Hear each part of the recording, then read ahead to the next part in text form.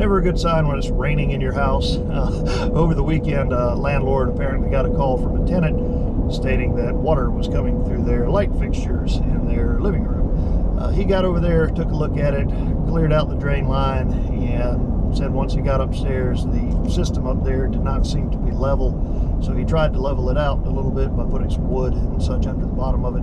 But he would like us to come out Monday, he stated, during business hours and take a look at it. So we'll head over and see what we find, and it may be interesting, maybe nothing at all. He may have fixed it, but we'll see when we get there. So we're definitely running with the blower, missing a few screws it would seem, and I do not feel the outdoor unit running. There's a little water in the pan from when they were talking about it being clogged previously. Let's crack this door and see why the fan's operating without being told to.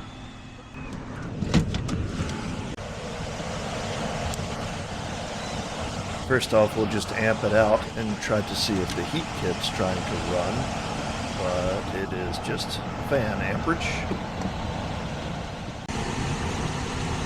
Okay, just interestingly enough, if I'm looking at this correctly, that is our red, and it ties to this black wire. Our black wire runs around and connects to that float switch, and it looks like it comes back into here.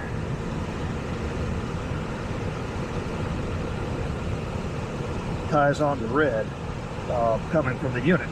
So basically, we have our 24 volts running through this float switch, running through that float switch, running back to our green wire, which is what's going to energize our relay for our fan, and then that's running back to red for the thermostat and outdoor unit.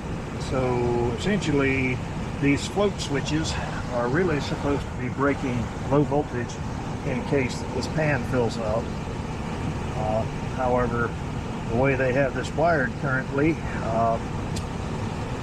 they also have red tied directly, or 24 volt tied directly into G, which will always run this blower motor. So someone didn't really understand how our float switches were working, I think.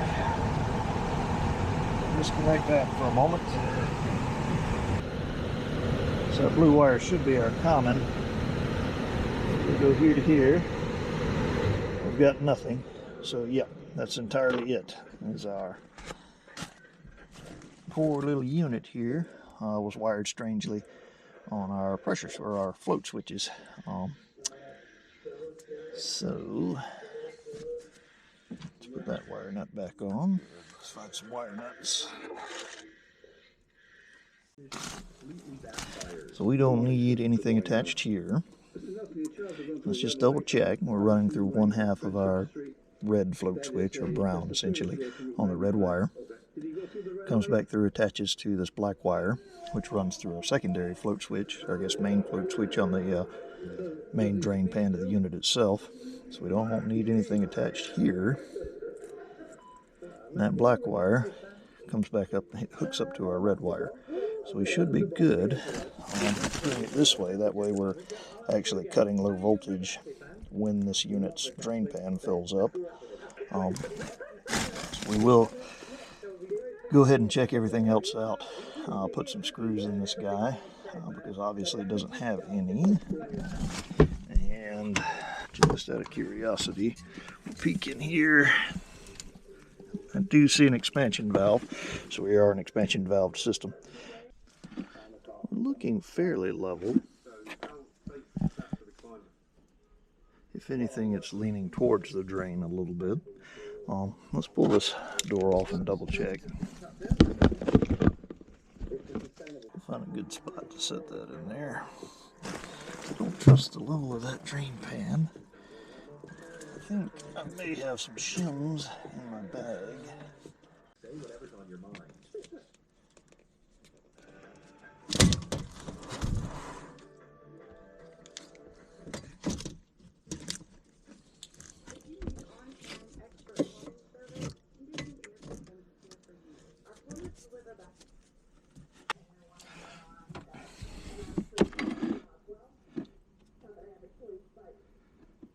All right, that looks better.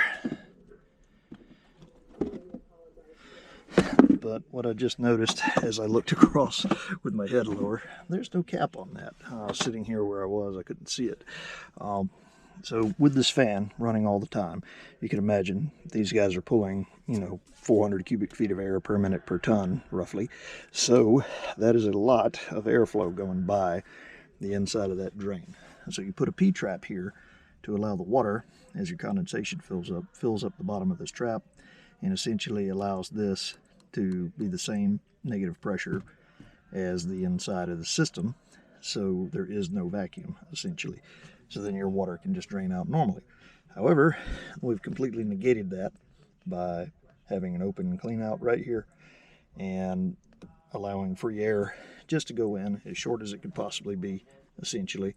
So with our fan running, there's so much negative pressure inside this air handler on this side of the fan that our water can never drain out. There's literally air coming in, causing the water to overflow, come out everywhere else.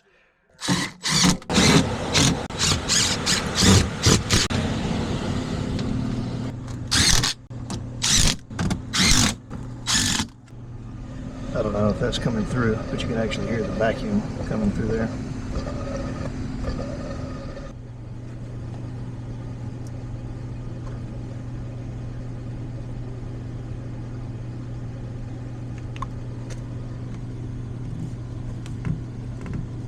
There we go.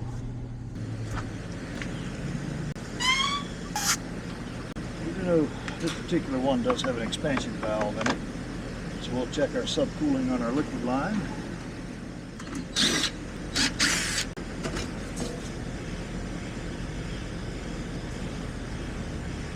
So it looks like, according to the chart, we're looking for exactly 12 degrees subcooling,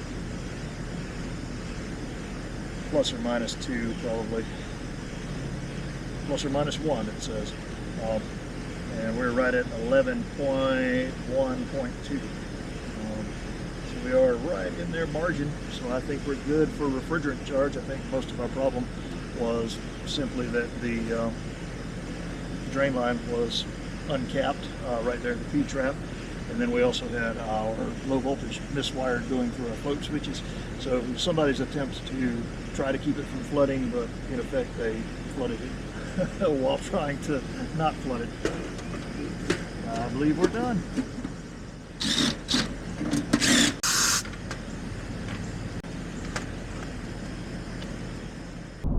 We appear to have stopped the raining issue inside his living room. That one was a little more interesting than I thought. I was initially just anticipating a badly clogged up drain line. However, on that one we had a few issues. First off, we noted that the blower was running when everything was shut down, which not exactly what I was looking for. Checked it out. I was kind of wondering whether or not one of the heating elements was stuck on. That's why we amped out the main line coming in. However, doing that, looked down and saw the low voltage. It looked like someone had wired up some float switches to attempt to keep it from flooding and causing issues, which is good. However, they didn't quite wire it correctly, and essentially were accidentally applying power to the blower motor relay all the time. So the blower motor just never shut down.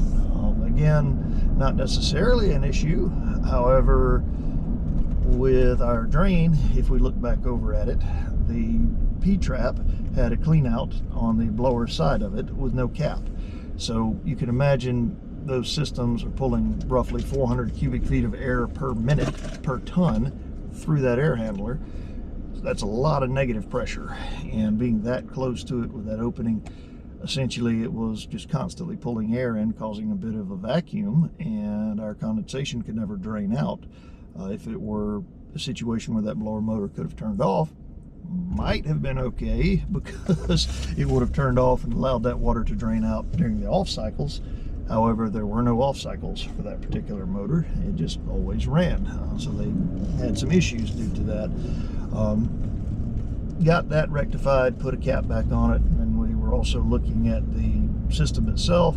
While the case of the unit did appear to be level on top, as we were looking at the drain pan itself, it was not level on the inside of the unit.